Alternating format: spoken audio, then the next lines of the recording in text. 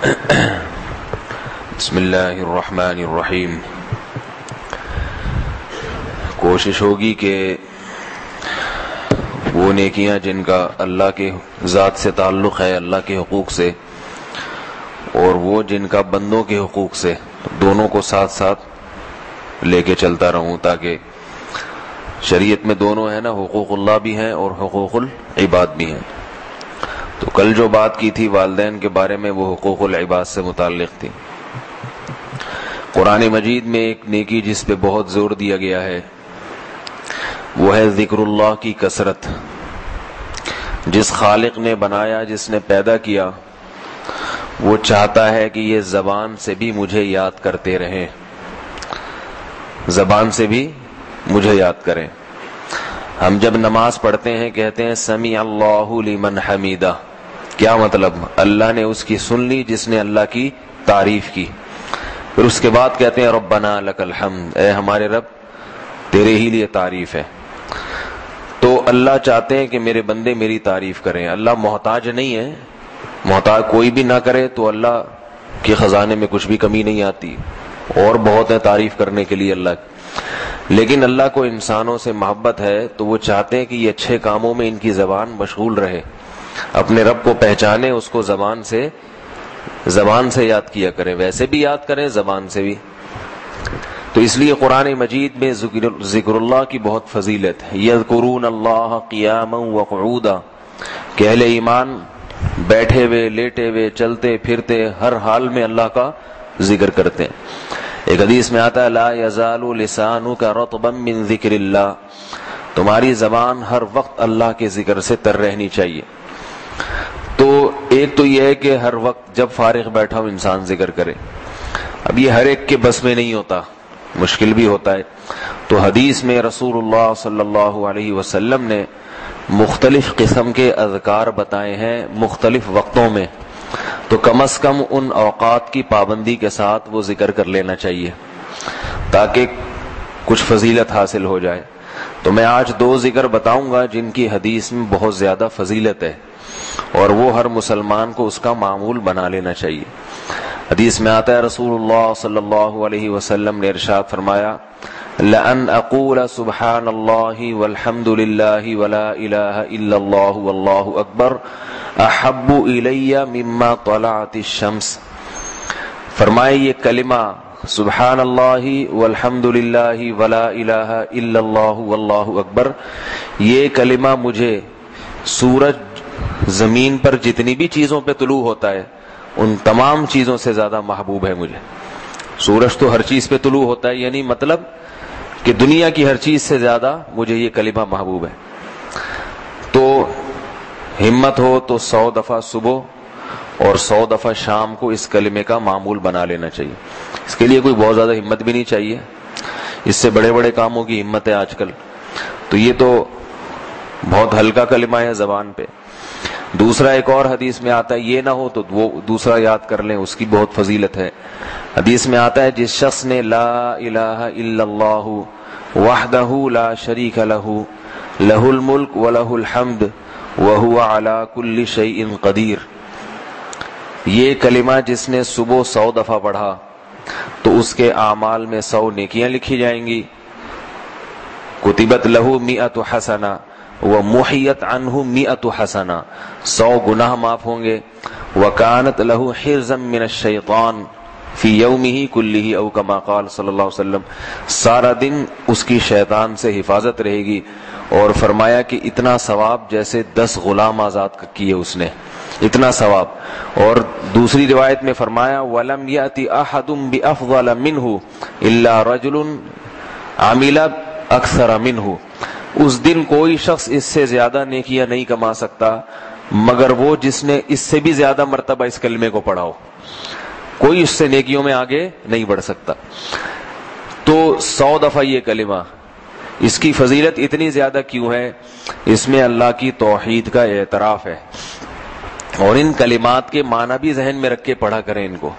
فائدہ پورا جبھی ہوتا ہے جب معنی اور مفہوم انسان ذہن میں رکھے۔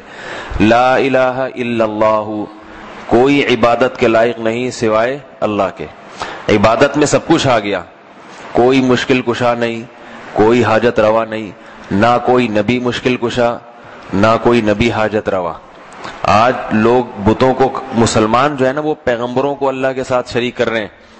تو لا الہ کوئی بھی نہیں ہے، الوہیت میں، عبادت میں، سب کچھ کر گزرنے میں، علی کل شیء قدیر ہونے میں اللہ کے ساتھ کوئی بھی شریک نہیں ہے، نہ کوئی نبی۔ تو ہم محتاج ہیں، نبی بھی محتاج تھے، ہم بھی محتاج ہیں، سب کے سب کس کے محتاج ہیں؟ اللہ کے۔ تو اللہ خود ہماری زبان سے یہ سننا چاہتے ہیں کہ میری الوہیت کا اعتراف کرو۔ تو میں ترجمہ کر دیتا ہوں اس کلمات کا۔ لا الہ الا اللہ، کوئی عبادت کے لائق نہیں ہے، کوئی پکار کے لائق، پکار کا مطلب یا رسول اللہ مدد نہیں کہو، صرف یا اللہ مدد، پکار کا یہ مطلب ہوتا ہے صرف اللہ کو پکاریں گے۔ تو لا الہ الا اللہ، کوئی پکار کے لائق نہیں ہے سوائے اللہ کے۔ لا الہ الا اللہ وحدہ، وہ اکیلا ہے، لا شریک لہ، اس کے ساتھ ان صفات میں کوئی بھی شریک نہیں ہے۔ لہ الملک، صرف اسی کے لیے بادشاہی ہے، وَلَهُ الْحَمْدُ، صرف اسی کے لیے تعریف ہے، وَهُوَ عَلَى كُلِّ شَيْءٍ قَدِيرٌ، اور وہ ہر چیز پر قدرت رکھتا ہے۔ جب معنی اور مفہوم ذہن میں رکھے گا انسان اور اس جذبے سے پڑھے گا تو اس کے دل میں اللہ کی بڑائی بیٹھے گی۔ اسے پھر یہ جو ہر وقت دنیا کے پیچھے بھاگتا رہتا ہے نا، ہر وقت دنیا کے پیچھے بھاگتا رہتا ہے، تو دنیا کی محبت کم ہوگی، اللہ کی کبریائی دل میں آئے گی، اللہ کی کچھ تھوڑی تھوڑی محبت پیدا ہونا شروع ہو جائے گی۔ تو علماء نے لکھا ہے کہ جب انسان اللہ کا ذکر کرتا ہے تو آہستہ آہستہ اس کو پتہ بھی نہیں ہوتا، اس کے دل میں اللہ کی محبت پیدا ہونا شروع ہو جاتی ہے۔ بہت دنوں کے بعد اسے پتہ چلتا ہے کہ میرے دل کی کایا پلٹ چکی ہے۔ اس کی مثال دیتے ہیں جیسے پتھر پہ پانی کا قطرہ ٹپکتا رہے نا۔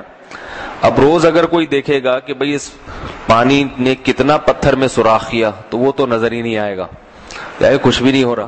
لیکن چند سالوں کے بعد جا کے پتہ چلے گا کہ اس بڑی چٹان میں اس نے بہت بڑا سوراخ کر دیا ہے پانی نے۔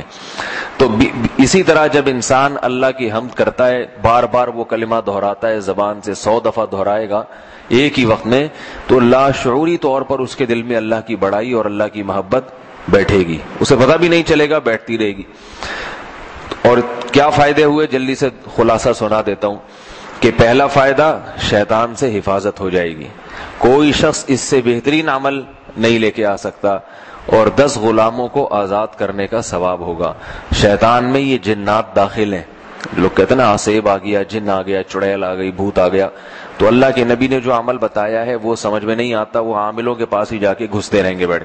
میں نے بتاتا ہوں نا کہ جن عامل کے تابع نہیں ہوتا، عاملوں پہ جنات مسلط ہوتے ہیں، ان میں اتنا دم نہیں ہوتا کہ یہ کسی جن سے کام لیں، جن ان سے کام لے رہے ہوتے ہیں، اور ہم ان جیسے محتاجوں کے پاس جا کے اپنے مسائل پیش کر رہے ہوتے ہیں۔